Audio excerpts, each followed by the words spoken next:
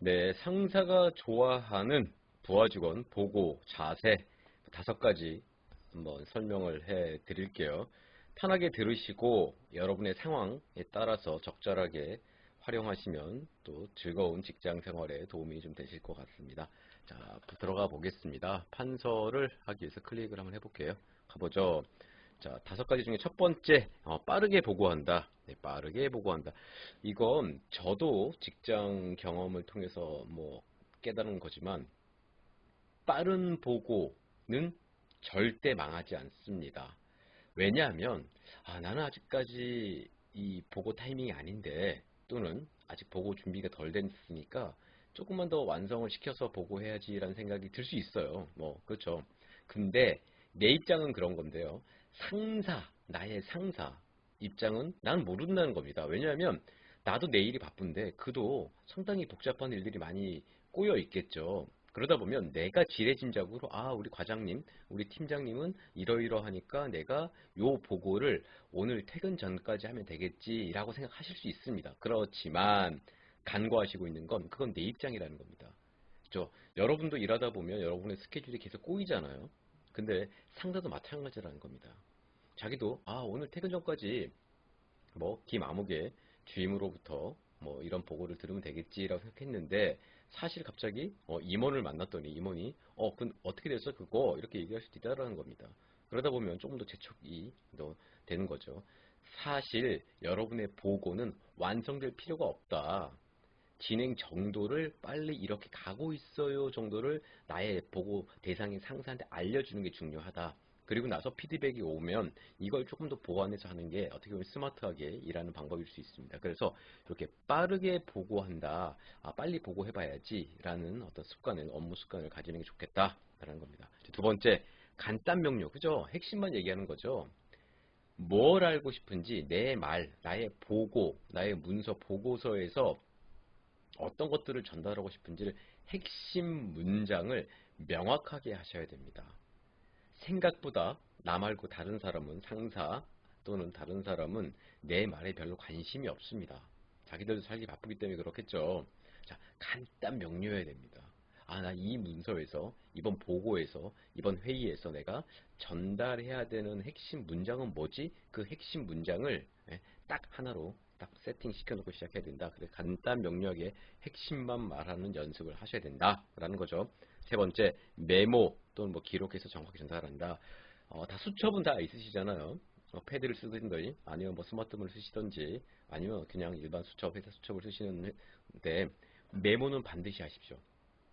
즉 여러분이 보고를 하러 갈 때 보고 상황이 다양할 겁니다. 회의실에서 보고를 한다거나 아니면 팀장님이나 상사의 자리에 가서 보고를 한다거나 아니면 다양한 상황에서 보고를 하실 때도 사실은 우리의 기억은 모든 걸 기억하지 못합니다. 그래서 핵심 문장도 메모해 두시고요. 관련된 어떤 자료들도 있으시면 그 자료들도 쉽게 찾아볼 수 있게끔 메모를 해 두시는 게 필요하다.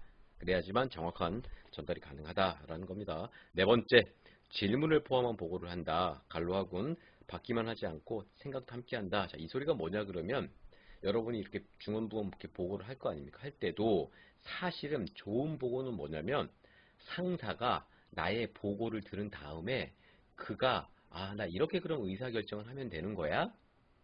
김대리 보고 참 잘했어. 그럼 김대리 말에 따르면 내가 A 말고 B 안을 선택을 하는 게 좋다는 거지? 이런 식으로 상사의 결정을 도와줄 수 있는 그런 보고가 좋은 보고라는 겁니다. 그렇기 때문에 추가적인 질문도 포함을 시키는 게 좋다. 갑자기 질문하시는 게 아니라 질문도 미리 메모를 해 가시거나 생각해 가셨다가 보고를 하면서 그 질문도 하시는 게 좋다. 아시겠죠? 그다음 마지막 5번.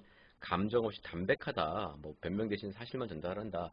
사실 보고라는 게 우리가 이런 드라마 같은 데 보시면 이렇게 앞에서 진짜 프레젠테이션을 하거나 상사 앞에서 그럴듯하게 뭐 서론 결론 본론을 보고하는 형태도 있지만 사실은 다양한 직무 안에서 즉석해서 이렇게 대화하듯이 이렇게 의사 전달하는 경우가 있거든요. 이것도 어떻게 보면 일종의 보고일 수 있습니다.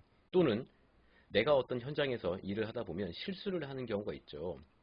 이 실수를 하는 걸 보고를 해야 되는데 타이밍에 맞지 않게 좀 기다렸다가 이렇게 하다 보면 사실은 이거 내 실수였는데 내가 좀 지연됐네 라고 하면서 나도 모르게 인간이니까 본능적으로 조금은 축소시키거나 좀 소위 덮으려는 이런 본능들이 나올 수밖에 없습니다. 이럴 때도 불구하고 사실 상사들은요, 여러분이 하는 이런 일을 몇 년 전에 똑같이 거쳐왔던 선배라는 겁니다. 그래서 여러분이 이런 행동을 했다는 거에 대해서 나는 감출 수 있을지언정 상사는 웬만하면 그 상태를 지레짐작으로 다 그 간파를 한다는 거죠. 그래서 사실은 변명보다는 사실만을 전달하는 그런 어떤 자세가 상사와의 길게 보면 상사와의 신뢰를 쌓을 수 있는 그런 직장 생활이 될 수 있습니다. 그래서 감정을 아예 없애라는 소리가 아니라 감정으로 꽉 찬 의사 전달을 상사와 나누지 말라라는 소리입니다. 가장 핵심은 상사는 나한테 일을 줬고요. 그 일을 일정 시점 안에 완벽하게 해내는 그 모습을 믿는 겁니다. 그런 행동들이 자꾸 축적이 될 때, 저 사람 믿을만하군, 신뢰할만하군, 이런 신뢰가 콕 쌓인다는 거죠. 근데 자꾸 내가 그런 시킨 일에 대해서 자꾸 뭐 이래서 조금 늦었어요, 저래서 좀 지연이 됐어요, 자꾸 이런 식으로 소위 나는 어떤 상황을 처지를 얘기한 거지만 상사는 그 처지를 이해하는 게 낫다라는 겁니다.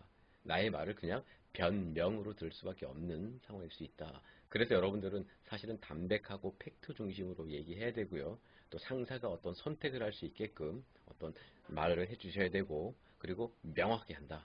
무엇보다 빠른 보고, 빠른 보고를 통해서 일의 흐름이 순조롭게 흘러갈 수 있도록 이렇게 업무하는 습관을 가지시면 좋을 것 같습니다. 자, 오늘은요, 부하 직원의 보고 자세, 상사가 참 이뻐할 만한 보고 자세 5가지에 대해서 설명을 드려봤습니다.